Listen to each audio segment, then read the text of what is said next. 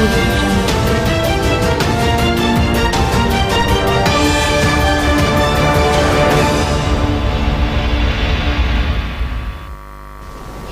Thank you very much for joining us. This is Developing Stories on Osrc Television. My name is Oyewumi Ayenigbara. The visitation panel set up to review the operations of University of Medical Sciences Unimed Ondo has been described a critical step towards the institution's growth and excellence. Ondo State Governor Lucky Aiyedatiwa, while receiving the report's detailing findings and recommendations of the panel on the institution's performance and structure, lauded its decision to focus on institutional positions rather than individuals. The governor emphasized that the ultimate aim of the panel's work is to elevate Unimed into a world-class institution. Government House correspondent Wahab Ankole reports. Hereby inaugurate this visitation panel to the University of Medical Sciences under the leadership of Professor Benga Lumeko. I inaugurate you in the name of the Father, Amen. Of the Son, Amen. Of the Holy Spirit. Congratulations. That was the moment when the University of Medical Sciences Ondo visitation panel was inaugurated by Governor Lucky Aiyedatiwa. 8 weeks after, it was time for members of the panel to submit their findings.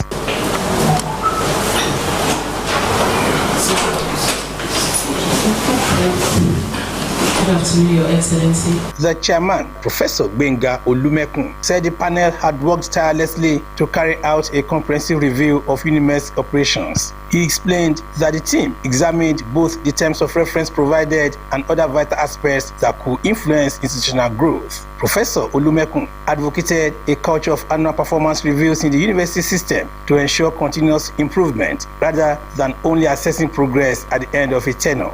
In doing this assignment, we're not focusing on persons as such. We're focusing on positions, because persons will go, but the positions will remain. And we'd like to see how best to ensure that whoever occupies a position does what he needs to do so that the system can be sustained.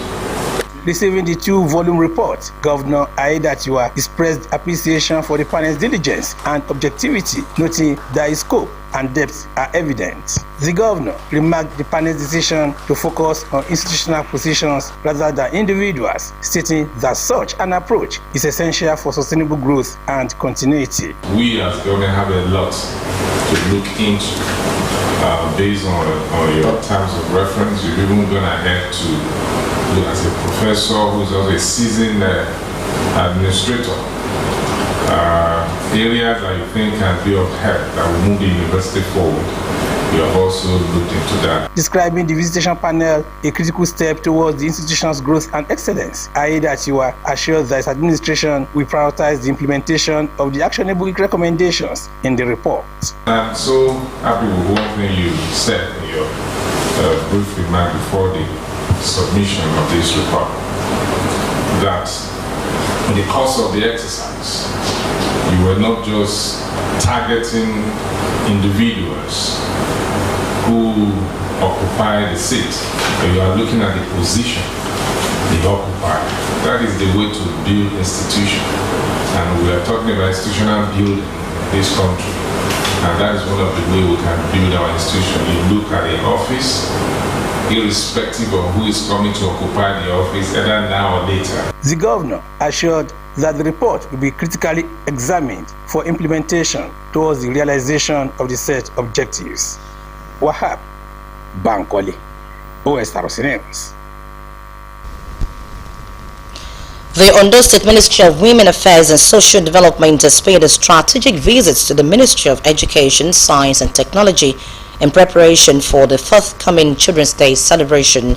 Special Advisor to Governor Lucky Aiyedatiwa on Women Affairs, Sheun Osamaye, who led the team, stated that the visit was aimed at fostering collaboration with the key educational stakeholders to ensure a successful celebration. Omoniola Ongiji has the details. Children's Day is an annual event that brings young ones together in a spirit of celebration and reflection. In line with tradition, the Ondo State government is planning a memorable and impactful celebration for this year's event.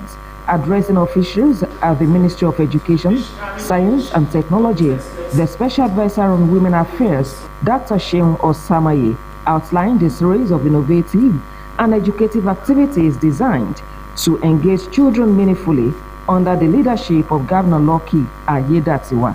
According to her, the event will include school competitions in oratory skills, cultural displays, and a march past.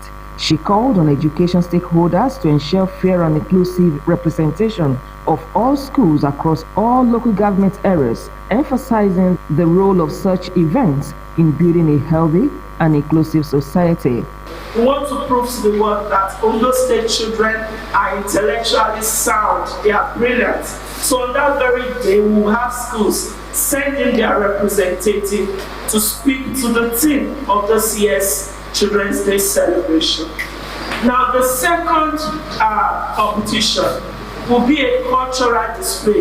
It's not going to be a dance, but a cultural exposure that will reference the locality for which most of our schools are located. Permanent Secretary, Ministry of Education, Folashade Adegoke, along with zonal and area education officers, commended the initiative and pledged their support. One administration, we have to work together, we have to collaborate, and to make a success of this administration.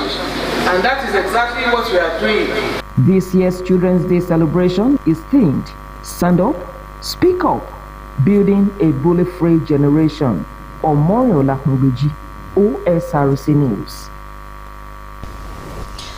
The Joint Admissions and Matriculation Board has announced that it will on Wednesday release the result of 379,000 candidates who sat the rescheduled University Tertiary Matriculation Examination between Friday and Monday. JAMB rescheduled the exam following widespread outcry over mass failure during the initial UTME. The board admitted to technical and human errors, especially in Lagos and Southeast states, which significantly affected candidates' performance.